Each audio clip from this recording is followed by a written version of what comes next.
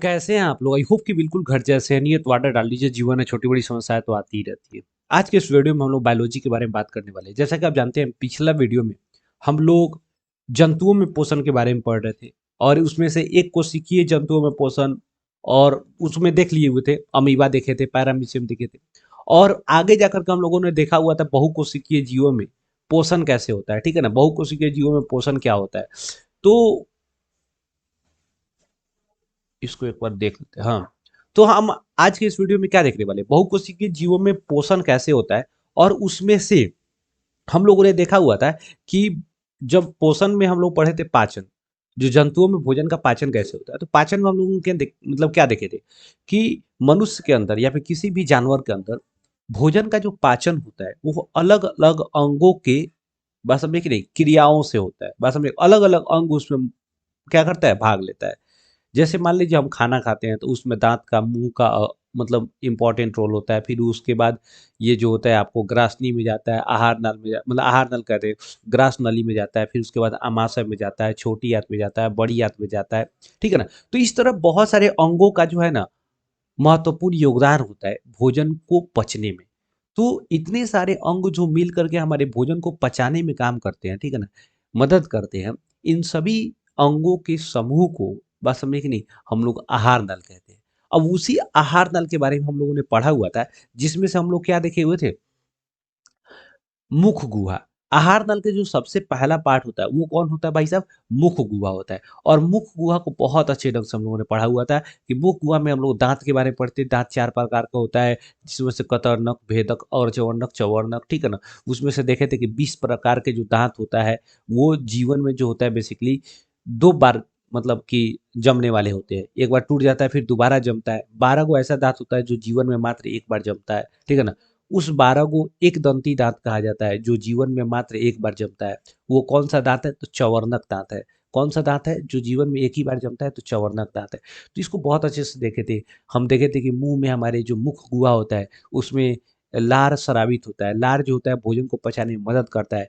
1 दिन में 1 से 1.5 लीटर के बीच में जो हमारे मुँह में जो होता है लार का स्राव होता है, ठीक है ना? लार का पीएच मान देखे हुए तो 6.8 होता है। तो ये सारा चीज़ को बहुत अच्छे से हम लोगों ने देखा हुआ था, बहुत मज़ा आया हुआ था, ठीक है ना? अब आगे आज के इस वीडियो में हम क्या देखने वाले हैं कि आहार नल में मुख गुहा के बाद कौन-सा अंग होता है, ठीक है ना? उसका क्या योगदान होता है? देखिए, हम इसके पहले क्या की थी, सभी चीज़ों को बहुत अच्छे ढंग से हम लोगों ने कवर किया हुआ था। तो आज के इस वीडियो में हम लोग क्या ये लॉलन टॉप बात भी हम लोगों ने बहुत अच्छे से देखे हुए थे। इसमें ऑब्जेक्टिव क्वेश्चन्स बहुत ही इम्पोर्टेंट हो जाता है।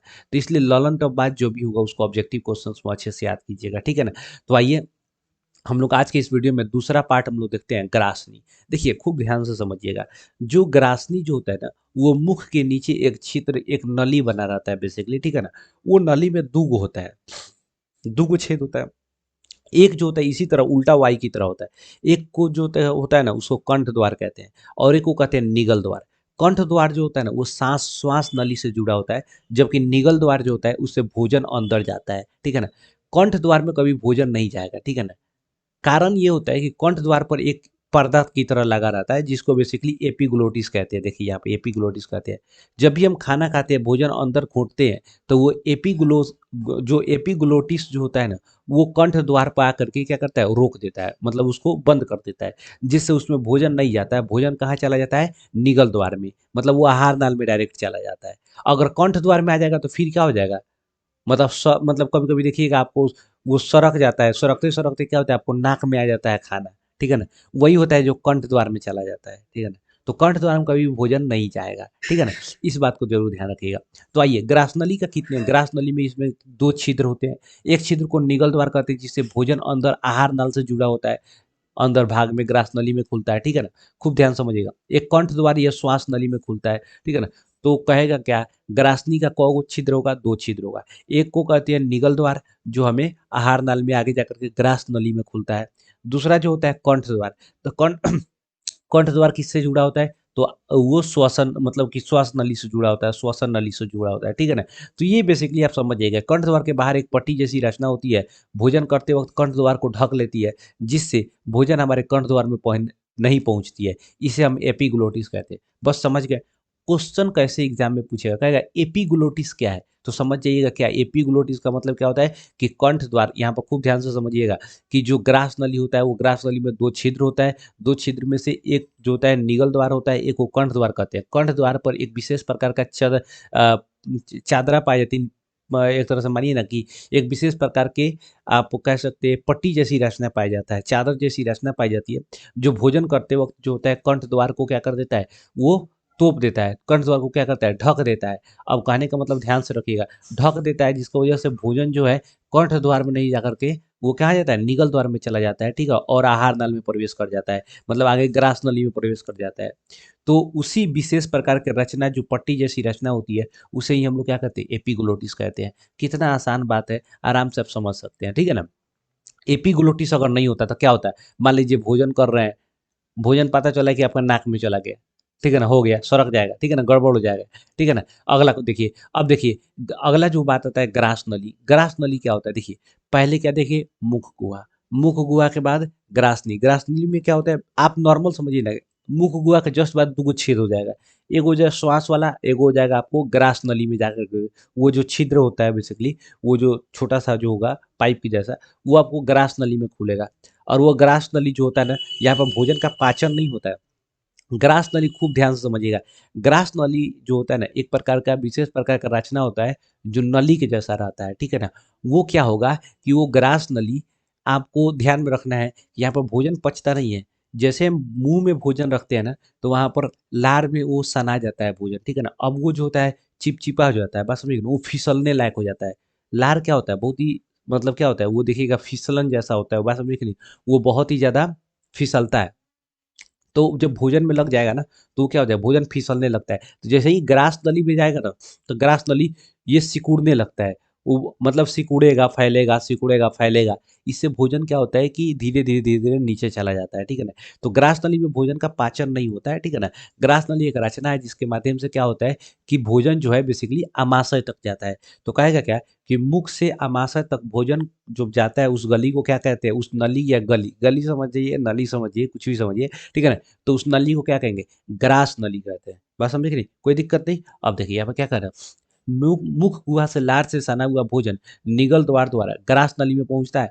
भोजन के पहुंचते ही ग्रास नली में क्रामो, देखिए क्रमांकुचन, क्रमांकुचन का मतलब होता है सिकुड़न, फैलाव, शिथिलन, ठीक है ना। मतलब वो फैलेगा सिकुड़ेगा, फैलेगा सिकुड़ेगा, ठीक है ना, की क्रिया से शुरू हो जाती है, जिससे भोजन धीरे धीरे आमाशय में पहुंच जाता है। तब भोजन आमाशय जो है, भोजन जो है आमाशय में किसके द्वारा पहुंचता है, ग्रास नली के द्वारा पहुंचता है, ठीक है ना। अब ललन टब बात समझिए, कह रहा है क्या, भोजन का पाचन ग्रास नली में नहीं होता है, भोजन का पाचन ग्रास नली में नहीं होता है, भोजन का पाचन आमाशय पेट में भी नहीं होता है। कितने लोग समझेंगे भोजन का पाचन पेट में होता है, नहीं होता है। भोजन का पूर्ण रूप से जो पाचन होता है वो छोटी आंत में होता है। क्वेश्चन एग्जाम में, क्वेश्चन ऑब्जेक्टिव तरह पूछ सकता है कि भोजन का पाचन पूर्ण रूप से कहाँ होता है, तो छोटी आंत में होता है, ठीक है ना। छोटी आंत की लंबाई बड़ी आंत से क्या होती है, छोटी होती है, कम होती है, नहीं, बड़ी होती है। नाम छोटी आंत है लेकिन लंबाई छोटी आंत से बड़ा होता है, लगभग लगभग 6 मीटर होता है, ठीक है ना। अगला देखिएगा, अब देखिए अमाशय का बहुत महत्वपूर्ण, अमाशय का मतलब समझिए पेट, ठीक है ना। तो ये पेट का बहुत महत्वपूर्ण योगदान होता है भोजन के पाचन में। देखिए पेट बेसिकली क्या होता है, देखिए क्या कर रहा है, ग्रास नली से होते हुए भोजन जैसे ही अमाशय में पहुंचता है, वैसे ही अमाशय में फैलने एवं सिकुड़ने की क्रिया से भोजन का मंथन हो जाता है। अब जैसे ही पेट में फैलेगा, मतलब भोजन पहुंचेगा, अब पेटवा क्या हो जाएगा, एकदम औड़ने मोड़ने रहेगा, बात समझिए कि नहीं, सिकुड़ेगा फैलेगा, और भोजन का मंथन हो जाएगा, एकदम पूरा एकदम पीस देगा एकदम। रही मतलब रही जिस होता है ना, दाल उल के मत देते, वही एकदम जगह मथ देता है। अब उनमें से जितना भी प्रोटीन होगा, कार्बोहाइड्रेट मतलब कार्बोहाइड्रेट होगा, वसा होगा, सब मत बात समझे कि नहीं, वहां पर अलग अलग होगा। और वहीं पे क्या होता है कि आपको बताते हैं, बहुत तरह के जो होता है ना, वहां पर एंजाइम जो होता है, एंजाइम जिसे कहते हैं आप लोगों को, वहां पर मतलब आप समझिए रस, एंजाइम जैसा रस जो होता है स्रावित होता है, और वो अलग अलग पोषक तत्वों को पचाने में मदद करता है, बस समझ गई। जिससे आप लोगों को आगे जाकर के उसी में पढ़िएगा, जैसे देखिए, तथा आमाशय में पाए जाने वाला गैस्ट्रिक ग्रंथि, ठीक है ना, द्वारा गैस्ट्रिक रस हाइड्रोक्लोरिक अम्ल म्यूकस पेप्सिन नामक एंजाइम स्रावित होता है, जो भोजन को पचाने में मदद करता है। अब देखिए आमाशय से क्या होता है, आमाशय से दो तीन तरह का जो है एंजाइम, एंजाइम का मतलब समझ जाइए कि एक तरह का, वो एक प्रकार का क्या होता है, द्रव पदार्थ होता है, जो क्या होता है कि एक तरह का आप समझिए कि वो केमिकल जैसा होता है, ठीक है ना? जो हमारे अंदर क्या करता है, अलग-अलग तरह के चीज़ों को पचाने में मदद करेगा। जैसे कुछ ऐसा होगा जो कार्बोहाइड्रेट को पचाएगा, कुछ ऐसा एंजाइम होगा जो मतलब कि वो वसा को पचाने में मदद करता है, कुछ ऐसा एंजाइम होगा जो आपको प्रोटीन को पचाने में मदद करेगा। तो अलग-अलग तरह का एंजाइम क्या होता है, हमारे पेट के अंदर स्रावित होता है, ठीक है ना? मतलब वहाँ से निकलता है और वो क्या करता है, अलग-अलग तरह से भोजनों को पचाने में मदद करता है। तो आप समझ गए यहाँ पर? गैस्ट्रिक रस में कौन-कौन सा अम्ल हो जाएगा? हाइड्रोक्लोरिक अम्ल, म्यूकस अम्ल, ठीक है ना? पेप्सिन नामक एंजाइम, ठीक है ना? तो ये जो 3 तरह का देखिएगा, म्यूकस, पेप्सिन, हाइड्रोक्लोरिक। हाइड्रोक्लोरिक सबसे महत्वपूर्ण है, बात समझे कि नहीं? ध्यान में रखिएगा। अब ललन-टप बात को समझिए। कह रहा है कि हाइड्रोक्लोरिक अम्ल जो होता है ना, भोजन को अम्लीय बनाता है, जो पेप्सिन नामक एंजाइम को सक्रिय बनाता है। देखिए, हाइड्रोक्लोरिक अम्ल जो होता है ना, वो बहुत महत्वपूर्ण होता है। हाइड्रोक्लोरिक अम्ल पेट से हमारे क्या आमाशय से निकलता है, ठीक है ना? और वो क्या करता है, पेट में फैल जाता है। अब पेट में फैलेगा तो जैसे ही वो आमाशय में हाइड्रोक्लोरिक अम्ल पेट के अंदर फैलेगा, वैसे ही पेप्सिन एंजाइम जो होता है ना, एकदम मुरझाएगा, लरुआए रहेगा। बात समझे कि नहीं? मुरझाया हुआ रहता है, कोई काम नहीं करता है। लेकिन जैसे ही हाइड्रोक्लोरिक अम्ल ओकरा में तनको आएगा, उस पर जाएगा, ठीक है ना? एकदम देह झाड़ के उठेगा। अरे क्या बोलो भाई? तो जैसे ही ये उठेगा, ठीक है ना? तो ये कहेगा, "ए भाई काहे सोया हुआ है?" ठीक है ना? प्रोटीन आया है, जाके ओकरा पचाओ ना। तो अच्छा प्रोटीन आया लो, तो दौड़ल-दौड़ल जाएगा प्रोटीन को पचाएगा। बात समझे कि नहीं? तो हाइड्रोक्लोरिक अम्ल से बात समझे कि नहीं? जो पेप्सिन नामक एंजाइम होता है, वो सक्रिय हो जाता है। खूब ध्यान से रखिएगा। अगर हाइड्रोक्लोरिक अम्ल नहीं रहता, तो पेप्सिन क्या होता है, मुरझाया हुआ रहता है, तो फिर प्रोटीन का पाचन नहीं होता, तो प्रोटीन हमारे देह में नहीं लगता, नहीं लगता।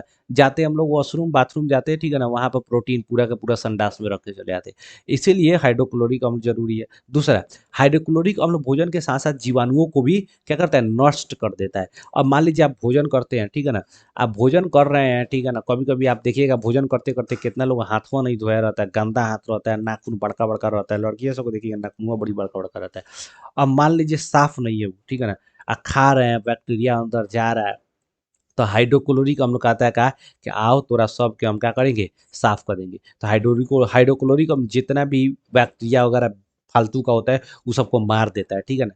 तो अब कहने का मतलब क्या होगा कि अब बहुत ज़्यादा एकदम एकदम हाथ पूरा का पूरा गंदा के हमसे गोबर-वोबर खा लीजिए। तब कितना हाइड्रोक्लोरिक अम्ल ओकरा मारेगा, बात समझे कि नहीं? तो एक लिमिट होता है, इसलिए आदमी बीमार पड़ जाता है, बात समझे कि नहीं? जब बहुत ज़्यादा जब गंदगी वगैरह पेट में चला जाता है तो, ठीक है ना? तो उसका भी एक लिमिट होगा हाइड्रोक्लोरिक अम्ल का। अगला कह रहा है क्या कि देखिएगा, एक म्यूकस एंजाइम जस्ट बोले हैं, तो म्यूकस एंजाइम क्या करता है? आमाशय की दीवार को हाइड्रोक्लोरिक अम्ल से सुरक्षित रखता है। देखिए, आमाशय देखिए, हाइड्रोक्लोरिक अम्ल क्या है? हाइड्रोक्लोरिक अम्ल एक तरह का एसिड है, ठीक है ना? अब बहुत ज़्यादा हाइड्रोक्लोरिक अम्ल जब आएगा, तो वो पेट का जो चमड़ा होता है ना, थैली जो का, उसको अंदर से वो क्या करेगा? उसको जलाना शुरू कर देगा, बात समझे कि नहीं? उसको बर्बाद करना शुरू कर देगा। तो म्यूकस जो होता है ना, वो हाइड्रोक्लोरिक अम्ल को क्या करता है? थोड़ा-सा उदासीन बनाता है, बात समझे कि नहीं? वो ताकि हमारे जो पेट का जो थैली है, अंदर के जो चमड़ा है, उसको ज़्यादा प्रभावित नहीं कर सके, उसको ज़्यादा मतलब कि नुकसान नहीं पहुँचा सके, ठीक है ना? इसके अलावा जो म्यूकस होता है, वो जठर ग्रंथियों को भी सुरक्षित रखता है। अब जठर ग्रंथि जो होता है ना, पेट के अंदर हमारे पास जठर ग्रंथि होता है, ठीक है ना? जिससे विभिन्न प्रकार के क्या होता है, एंजाइम निकलता है और वो जो एंजाइम है, वो जो रसायन है, बात समझे कि नहीं? वो कार्बोहाइड्रेट, प्रोटीन, वसा ये सब को पचाने में मदद करता है, ठीक है ना? तो अगर जठर ग्रंथि को नुकसान पहुँचा, हाइड्रोक्लोरिक अम्ल बहुत ज़्यादा अगर हो जाएगा तो वो फिर क्या होगा? कार्बोहाइड्रेट, वसा, प्रोटीन, विटामिन ये सब को पचाने वाला रसायन निकलेगा होइए नहीं, तो फिर वो पचेगा, नहीं पचेगा। मतलब ये कि हम खा रहे हैं अच्छा-अच्छा चीज़, सेव खा रहे हैं, अनार खा रहे हैं, बात समझे कि नहीं? पनीर खा रहे हैं, मीट मछली खा रहे हैं। अब पता चल रहा है कि हमारे अंदर उसका पाचन हो ही नहीं रहा है, बात समझे? खा रहे हैं जा कर के उधर निकाल दे रहे हैं, बात समझे कि नहीं? तो फिर कोनो फ़ायदे नहीं है। इसीलिए हमारे अंदर विभिन्न प्रकार के एंजाइम स्रावित होता है। अगर वो एंजाइम स्रावित नहीं होगा, अगर वो एंजाइम नहीं निकलेगा हमारे पेट में, तो फिर क्या हो जाएगा कि हम जो भी भोजन कर रहे हैं, वो वेस्ट चला जाएगा, बात समझे कि नहीं? उसका उत्सर्जन हो जाएगा, कोई फ़ायदा नहीं होगा, ठीक है ना? अगला क्वेश्चन, अगर मनुष्य के आमाशय में यानी पेट में प्रतिदिन लगभग 3 लीटर जठर रस स्रावित होता है। अब जठर रस का मतलब जठर ग्रंथि से जो जठर मतलब रस अलग अलग एंजाइम जो होगा, बात समझे कि नहीं, पेप्सिन हो गया, बात समझे, अलग अलग आपको म्यूकस, ये अलग आपको, चलिए ना आपको सब पढ़ाएंगे, एक एक करके दिखाएंगे वो सब क्या करता है। वो सब का काम है जितने भी पोषक तत्व है उसको पचाना। तो प्रतिदिन हमारे पेट में कितने जठर रस स्रावित होता है, लगभग 3 लीटर जठर रस, ठीक है ना। अगला कह रहा है कि आमाशय में कभी कभी HCl का स्राव बढ़ जाता है, यानी कभी कभी हाइड्रोक्लोरिक अम्ल का क्या होता है, स्राव बढ़ जाता है, जिससे म्यूकस का स्राव घट जाता है। अब हाइड्रोक्लोरिक का स्राव अगर बढ़ेगा तो म्यूकस जो नामक रसायन है वो क्या करता है, हाइड्रोक्लोरिक से, बात समझ में, जो पेट के अंदर का जो चमड़ा है, दीवार जिसको कह रहे हैं, उसको बचाता है, जठर ग्रंथि को भी बचाता है, ठीक है ना। तो जैसे ही हाइड्रोक्लोरिक अम्ल ज्यादा होगा पेट में तो म्यूकस कम हो जाएगा, ठीक है ना। जैसे ही म्यूकस कम हो जाएगा तो पेट के जो दीवार, जैसे चमड़ा होता है ना, ऊपर फुंसी हो जाएगा, जिसको अल्सर कहा जाता है, बात समझ के नहीं। तो फुंसी हो जाएगा, घाव हो जाएगा, तो पेट में दर्द हो जाएगा, गैस जैसा बना लेगा, बात समझे कि नहीं। तब डॉक्टर लगे दौड़ते रह जाएंगे, बात समझे कि नहीं। तब डॉक्टर दवा देगा तो ठीक होगा, ठीक है ना। तो यहाँ पर क्या करें कि इसलिए पेट के दीवार पर फुंसी या घाव हो जाता है, जिसे पेप्टिक अल्सर कहते हैं, बात समझे कि नहीं। अगर हाइड्रोक्लोरिक अम्ल का स्राव ज़्यादा हो जाएगा तो म्यूकस का स्राव कम हो जाएगा। तो अगर म्यूकस का स्राव कम हो जाएगा तो फिर जो दीवार है पेट का, यानी जो चमड़ा है, उसको कौन सुरक्षित रखेगा, नहीं रख पाएगा, जिसकी वजह से घाव हो जाता है, बात समझे कि नहीं, फोड़ा जैसा हो जाएगा। तो उसी को क्या कहेंगे हम लोग, पेप्टिक अल्सर कहते हैं, बात समझे कि नहीं। अगला समय, कह रहा है कि अधिक समय तक भूखे रहने वाले व्यक्तियों में पेप्टिक अल्सर होने की संभावना ज़्यादा होती है। मान लीजिए कोई व्यक्ति टाइम से खाना नहीं खाता है, मान लीजिए कोई व्यक्ति दिन भर खाना नहीं खाया, कहीं चला गया, ठीक है ना। तो अगर टाइम से खाना नहीं खाएगा तो उसके अंदर गैस बनेगा, पेट में घाव जैसा हो जाएगा, जलन छीलन हो जाएगा, बात समझे कि नहीं। तो फिर वो डॉक्टर तक दौड़े, इसीलिए कहा जाता है टाइम से खाना खाइए। टाइम से खाना खाइएगा तो पूरा शरीर आपका सही ढंग से काम करेगा, बात समझे कि नहीं। बेटाइम खाना खाइएगा, कभी 1:30 बजे, कभी 2 बजे, कभी भोरा ही खा लिए, बात समझे कि नहीं, कभी खइबे नहीं किए, तो इसी तरह की समस्या उत्पन्न होगा, बात समझे कि नहीं। गैस होगा, अल्सर जैसा समस्या उत्पन्न हो जाएगा, बात समझ गए। तो यहाँ पर आमाशय के बारे में हम लोग समझ गए। अगला क्वेश्चन समझिएगा, कह रहा है कि छोटी आंत। तो आमाशय जो होता है ना, आमाशय के बाद जो होता है, जो भोजन होता है बेसिकली, वहां से निकलेगा और छोटी आंत में आता है, ठीक है ना। क्योंकि आमाशय में तो बहुत तरह का क्या हो गया, बहुत तरह का वहां पर एंजाइम क्या हुआ, स्रावित हुआ, एंजाइम मिला, और वहां से छोटी आंत में आता है। और यहीं पे छोटी आंत में क्या होता है, सभी अलग अलग पोषक तत्वों का, भोजन का पाचन होता है, बात समझे कि नहीं। जैसे देखिए, छोटी आंत आहार नल का सबसे लंबा भाग है। तो कहेगा क्वेश्चन, छोटी आंत जी, आहार नल का सबसे लंबा भाग कौन होगा, तो छोटी आंत होगा। करेगा, यह बेलनाकार, यानी बेलनाकार कहने का मतलब क्या हो गया, बेलनाकार कहने का मतलब क्या होगा, एक तरह का पाइप के जैसा होगा, सिंपल बात है। तो पाइप के जैसा होगा तो बेलनाकार ना होगा, पाइप के जैसा होगा तो बेलनाकार होगा, ठीक है ना। तो पाइप के जैसा होता है, ठीक है ना। इसकी लंबाई लगभग 6 मीटर तथा चौड़ाई, चौड़ाई का मतलब व्यास, जो ये जो व्यास है, तो ये व्यास कितना होगा, लगभग 2.5 सेंटीमीटर होता है, पतला होता है इसीलिए। तो लंबाई कितना, 6 मीटर। व्यास इसका कितना होगा, चौड़ाई यानी 2.5 सेंटीमीटर होता है। अलग अलग जंतुओं में इसकी लंबाई अलग अलग होती है। पाचन की क्रिया इसी आहार नाल में पूर्ण हो जाता है, यानी पाचन का जो क्रिया होता है, पूर्ण परिपूर्ण कहाँ होता है, छोटी आंत में, ठीक है ना। यानी पाचन की क्रिया संपूर्ण रूप से समाप्त कहाँ पे होता है, तो छोटी आंत में, यानी पाचन हो जाता है। और पाचन हो जाने के बाद जो उत्सर्जी पदार्थ होगा वहां से जाएगा, आप देखिएगा, बड़ी आंत में। अब बड़ी आंत से क्या होगा, पहला कोलोन होता है बेसिकली, और उसके बाद जो होता है मलाशय होता है। तो मलाशय के बाद मल द्वार, यानी जो होता है हमारा उत्सर्जी अंग होता है, वहां से बाहर निकल जाता है, ठीक है ना। तो यहाँ पर समझिए, छोटी आंत को 3 भागों में बांटते हैं। छोटी आंत को कितने भागों में बांटा गया, 3 भाग में।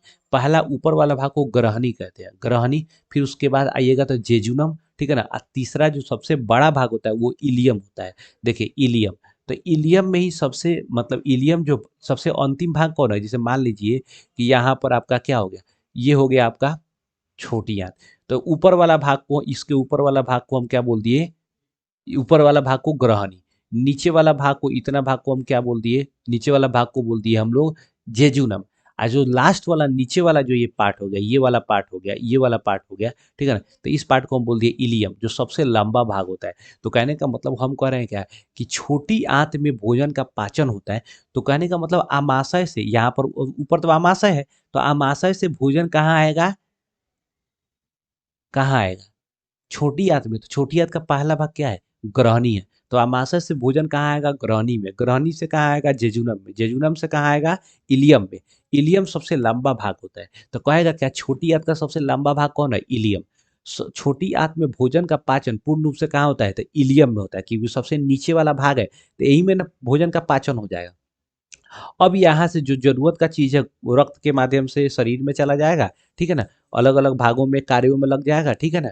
और जो फालतू का चीज है, बस हम देखिए नहीं, मल मूत्र है, वो हमारे बड़ी आंत में जाएगा, और बड़ी आंत से क्या होगा, आपको कोलोन, कोलोन के बाद मलद्वार के बाद बाहर, ठीक है ना।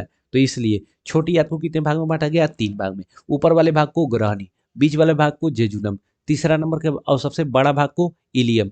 भोजन का पाचन पूर्ण रूप से कहाँ होता है, इलियम में होता है। बस हम देख नहीं, तो ये दिमाग में बिल्कुल बैठा कर रखिए। अगला क्वेश्चन करे क्या, छोटी आंत में भोजन का पाचन पीत अग्नाशयी रस तथा आंत्र रस, यह क्रमशः यकृत, अग्नाशय तथा आंत्र ग्रंथियों से स्रावित होता है। बस समझे कि नहीं, स्रावित होता है, इसी की सहायता से होता है। अब खूब देखिए, यहाँ पर आपको थोड़ा सा मैटर आपको लग रहा होगा कि गलत लिखा गया, गलत नहीं है, समझिए। कह रहा है कि छोटी आंत में भोजन को जो पाचन होता है ना, वो 3 प्रकार के जो है ना रसायन क्या होते हैं, स्रावित होते हैं, उसी के माध्यम से होता है। पहला, पीत।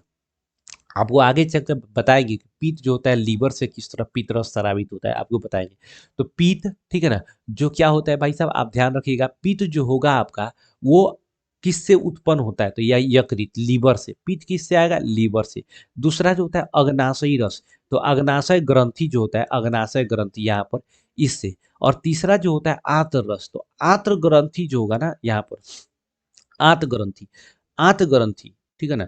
तो आंत ग्रंथि से आंत रस आता है। तो ये 3 प्रकार के रस होगा, यानी रसायन हमारे पेट के अंदर उत्पन्न होता है। पेट के अंदर कहने का मतलब आपको छोटी आंत में, और इन्हीं की सहायता से भोजन का पाचन पूर्ण रूप से हो जाता है। तो वही कह रहा है कि के सहायता से, यानी जो 3 गो रस है उसी के सहायता से भोजन का पाचन होता है, ठीक है ना। अब कुछ ललन टॉप बात समझिएगा। कह रहा है क्या, शाकाहारी जंतुओं में छोटी आंत लंबाई ज्यादा होती है। कह रहा है कि जो शाकाहारी जंतु होता है उसमें छोटी आंत का लंबाई ज्यादा होता है, जबकि मांसाहारी जंतु में छोटी आंत की लंबाई क्या होती है, कम होती है, ठीक है ना। तो शाकाहारी जंतु में छोटी आंत की लंबाई ज्यादा, मांसाहारी में कम, ठीक है। अगला क्वेश्चन कर रहा है, बड़ी आंत के बारे में पढ़ेंगे।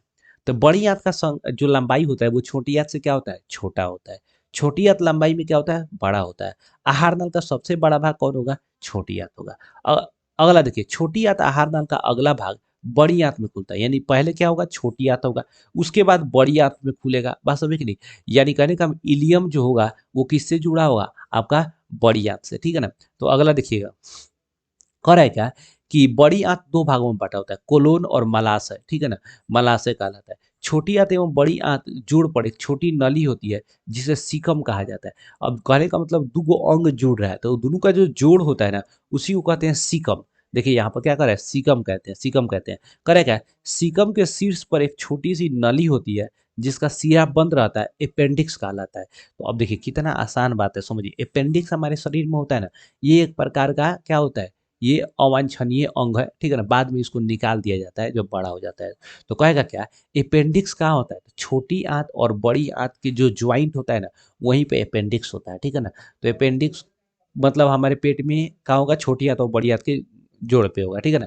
मनुष्य में आहार नाल में अपेंडिक्स का कोई कार्य नहीं होता है। अपेंडिक्स का मनुष्य के आहार नाल में कोई काम नहीं होता है, ये फालतू का चीज है, बाद में इसको हटा भी दिया जाता है। यह अवशेषी अंग है। अवशेषी अंग का मतलब समझ रहे हैं ना, कि अगर शरीर में एक मनुष्य के अंदर ये बड़ा हो जाएगा, ठीक है ना, ज्यादा होगा, तो मनुष्य के देह पर जो होता है ना, रुआब नहीं नहीं कहते हैं, कि मतलब उसका शरीर जो है ना खिलेगा नहीं, उसके शरीर पर जो है ना वृद्धि नहीं करेगा, मोटाएगा नहीं, अच्छा उसके शरीर में ब्लड वगैरह, ठीक है ना, ये सब कम हो जाता है। इसीलिए ये जो होता है ना, बाद में देखिएगा जब ये बड़ा हो जाता है तो पेट भी दर्द करने लगता है, ये बड़ी खतरनाक होता है। अगर ये फट जाएगा तो इसके अंदर जो होता है ना, जो रसायन होता है बड़ी जहरीला होता है, वो आदमी मर जाता है, अपेंडिक्स अगर फट गया तो। इसलिए पेट जब दर्द उर्द करता है तो देखिएगा आपका क्या किया जाता है, अल्ट्रासाउंड वगैरह करा करके चेक किया जाता है कि आपका अपेंडिक्स अपेंडिक्स ठीक है ना। तो इसीलिए वहाँ पर ठीक है तो ठीक है, अगर बढ़ गया होगा, बड़ा हो गया होगा, ठीक है ना, तो उसको काट के हटा दिया जाता है, ठीक है।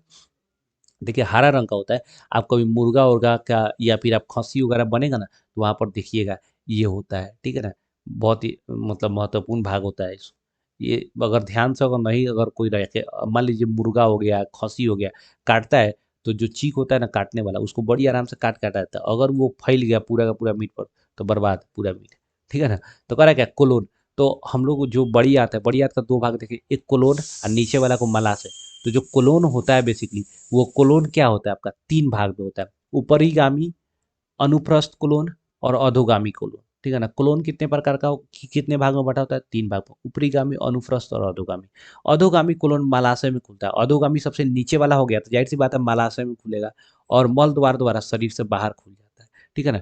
अब देखिए कुछ इंपॉर्टेंट बात है अग्नाशय। अभी जस्ट हम लोग यहाँ बात किए अग्नाशय क्या होता है। देखिए हमाशय अग्नाशय जो होता है ना बेसिक, अमाशय यानी पेट के ठीक नीचे जो होता है ग्रहणी। ग्रहणी का मतलब छोटी आंत जो है, उसका सबसे ऊपर वाला भाग ग्रहणी है। तो ये छोटी आंत मतलब कि अमाशय और ग्रहणी के पास जो होता है ना, पीले रंग का, बस समझिए ग्रंथि पाया जाता है। पीले रंग का बेसिकली एक प्रकार का जो है ना संरचना पाया जाता है, जो अग्नाशय कहलाता है, ठीक है ना। इसमें जो होता है पतली पतली जो होती है नलिकाएं होती है, जो आपस में जोड़कर एक बड़ी अग्नाशयी वाहिनी बनाती है, अग्नाशय ग्रंथि बनाता है।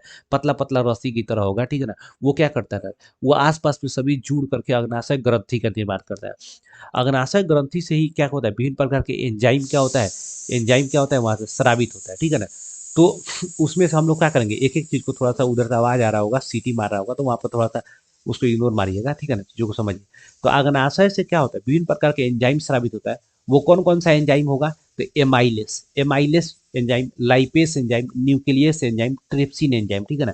अब लाइपेस का काम क्या है, कार्बोहाइड्रेट का पाचन। लाइपेस, एमाइलेस का काम कार्बोहाइड्रेट का पाचन, लाइपेस का काम वसा का पाचन, न्यूक्लियस का काम कार्बोहाइड्रेट का पाचन और ट्रिप्सिन का काम प्रोटीन का पाचन, ठीक है ना। तो ये जो चार प्रकार के आप देख रहे हैं यहाँ पर रसायन, एंजाइम, उसका काम अलग अलग पोषक तत्वों को पचाने का है, ठीक है ना।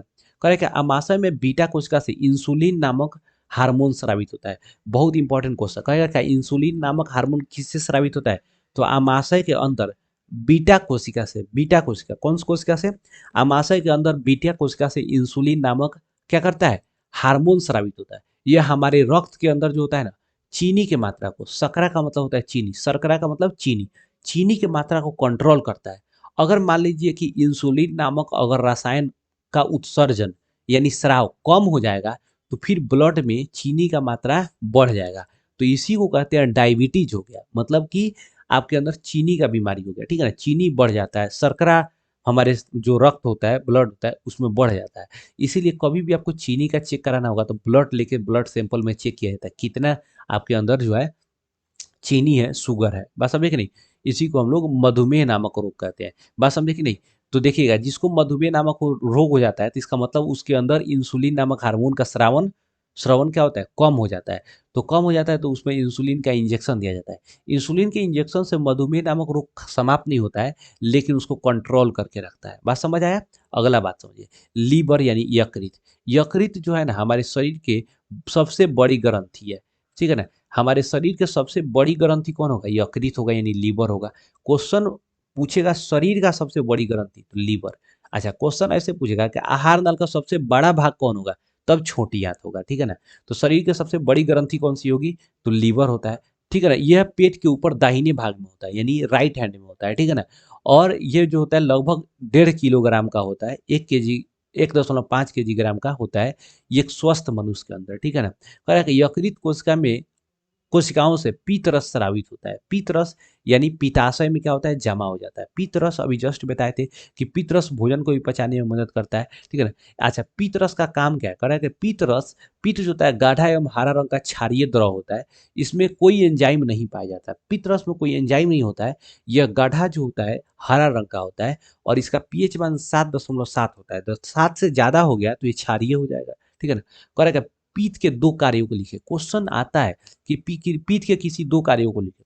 तो पीत आमाशय में ग्रहणी में आए अम्लीय कायम की अम्लीयता को नष्ट कर देता है। कह रहा है क्या, पीत जो है ना आमाशय में ग्रहणी भाग से जो आता है, उसके अंदर जो अम्लीयता रहता है उस अम्लीयता को खत्म कर देता है, ठीक है ना। और उसे क्षारीय बना देता है ताकि अग्नाशय रस कि एंजाइम उस पर क्रिया ना कर सके। अगर उसमें से खूब ध्यान में रखिएगा कि अम्लीय को अगर निष्क्रिय नहीं किया जाएगा तो फिर वो अग्नाशय में आएगा और अग्नाशय में से फिर एंजाइम जो निकलेगा वो क्रिया करके रिएक्शन करके बात समझे कि नहीं, फिर वहां पर क्या कर लेगा, कोई अन्य चीज का निर्माण करेगा और फिर हमारा पाचन तंत्र गड़बड़ हो जाएगा, पाचन क्रिया नहीं हो पाएगा सही ढंग से। इसीलिए जो पित्त होता है ना, वो पित्त ग्रहणी भाग से जो अम्लीय मतलब ग्रहणी भाग से जो भोजन आता है उसमें अम्लीयता जो रहता है ना, उसको क्या कर देता है, वो निष्क्रिय करके उसको क्षारीय बना देता है। अगला करेगा पित्त वासा का विखंडन तथा पैसीकरण कर उसे सरल बनाता है। पित्त क्या करता है, वासा को तोड़ फोड़ देता है, बस उसको सरल बनाता है ताकि उसका पाचन सही ढंग से हो सके, तक ना, ताकि वासा को तोड़ने वाले एंजाइम को उस पर आसानी से कार्य कर सके। सिंपल बात है कि उसको पाचन सही ढंग से किया जा सके। अब देखिए, अब यहाँ से ललन टॉप प्रश्न पूछा है, ठीक है ना। तो हम तो यहाँ पर जितना महत्वपूर्ण टॉपिक था सबका हम लोगों ने पोस्टमार्टम किया बहुत अच्छे ढंग से। आई होप कि बहुत अच्छा लगा होगा आपको वीडियो। वीडियो अगर अच्छा लगा हो तो लाइक कीजिए, नहीं अच्छा लगा डिसलाइक कीजिए, चैनल को कंपल्सरी सब्सक्राइब कीजिए। देखिए अगला वाला जो वीडियो होगा हम ललन टॉप प्रश्न के साथ आएंगे, ठीक है ना, और जितने भी क्वेश्चंस होगा सबका हम लोग चर्चा करेंगे, ठीक है ना। तो बहुत अच्छा लगा, बस समझे के लिए चीजों को आप अच्छे से पढ़ते रहिए, नोट्स बनाते रहिए। मिलते हैं नेक्स्ट वीडियो में, तब तक के लिए जय हिंद।